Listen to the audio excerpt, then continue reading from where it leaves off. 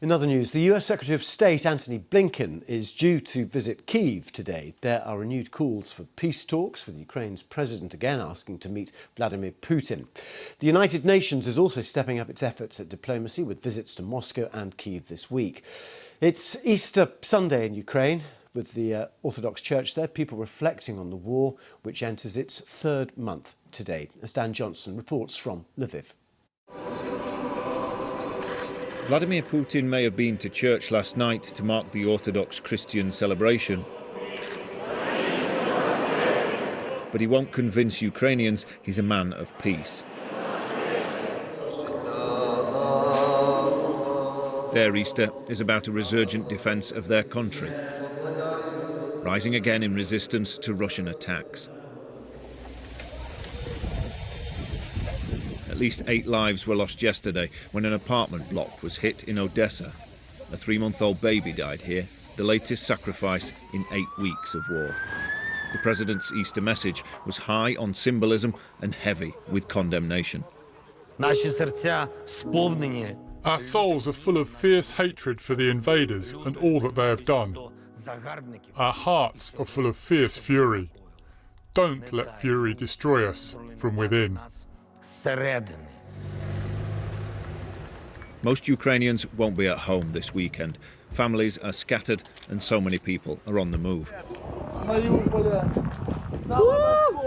Not many have made it out of Mariupol, but the evacuation efforts continue.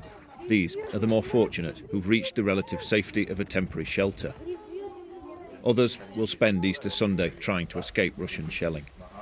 Since the Russian aggression by the US Secretary of State is due to visit Kyiv later, bringing goodwill and support. But the prayers across Ukraine are for peace and for more of the weapons they say are needed to protect it. Dan Johnson, BBC News, Lviv. Well, let's get the very latest now. We can go to Kyiv and speak to our correspondent there, Anna Foster. Any sign of the US delegation yet, Anna?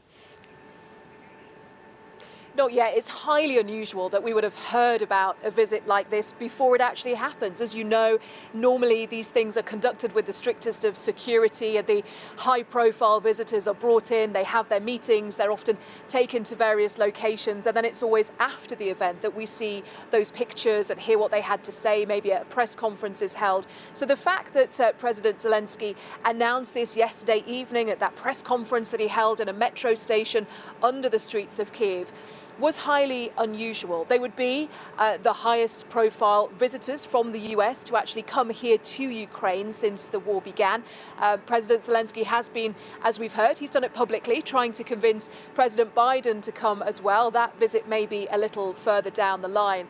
But what President Zelensky will be asking for, and he's been very open like this, is more weapons. He's repeatedly called for more weapons, more heavy-duty weapons, more sophisticated, up-to-date weapons, which he says that Ukraine desperately needs if they're going to continue to resist the Russian advance in the east. Those weapons are coming in from different parts of Europe at the moment. It's interesting, isn't it, seeing which countries are actually supplying some real hardware on the ground and others, like Germany, which are not and still caught up in an internal debate there. You're right. That is a source of great debate in Germany and around the world, in fact. And world leaders are, in some ways, almost trying to outdo each other in what they're giving. We see different things coming from different countries. We heard from the UK just a few days ago that they are going to send their old Challenger 2 tanks to Poland, and then Poland are going to send these T-72s into Ukraine.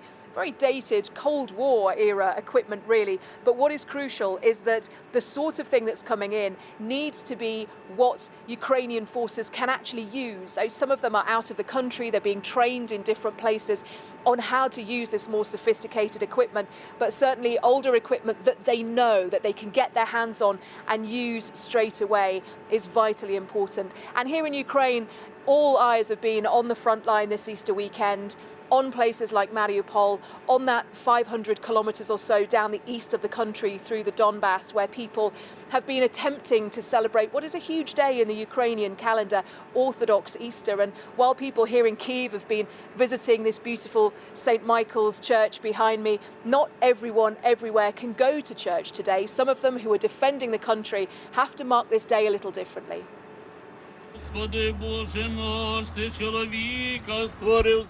The men and women of Kyiv's territorial defence are celebrating Easter in the trenches they now call home. Dug into the sandy soil on the outskirts of the city, they cook and sleep here. Today they'll eat cakes here too, iced with sprinkles and blessed with holy water. They were delivered from local bakeries who want to thank these fighters for saving the city. Here in the trenches outside Kyiv, they've already repelled the Russian advance, and now they're sending solidarity to their colleagues on the front lines in the east and in Mariupol in the hope that they can do the same thing. I would like to tell our fighters to stay strong. I understand that these are really hard times now. Everyone has families, and all the fighters are worried about their homes, wives, sons and brothers. I'm feeling good, and I'm in a fighting mood. Let the ones who flee from our country worry. The ones who didn't took up arms. Everyone, even politicians, showed who they are. Our people showed who they are. I'm in a fighting mood, so we will fight the enemy. Настрій бойовий, це понятно, і будемо бити ворога. Смерть для смерті принесе, а нам живот направить.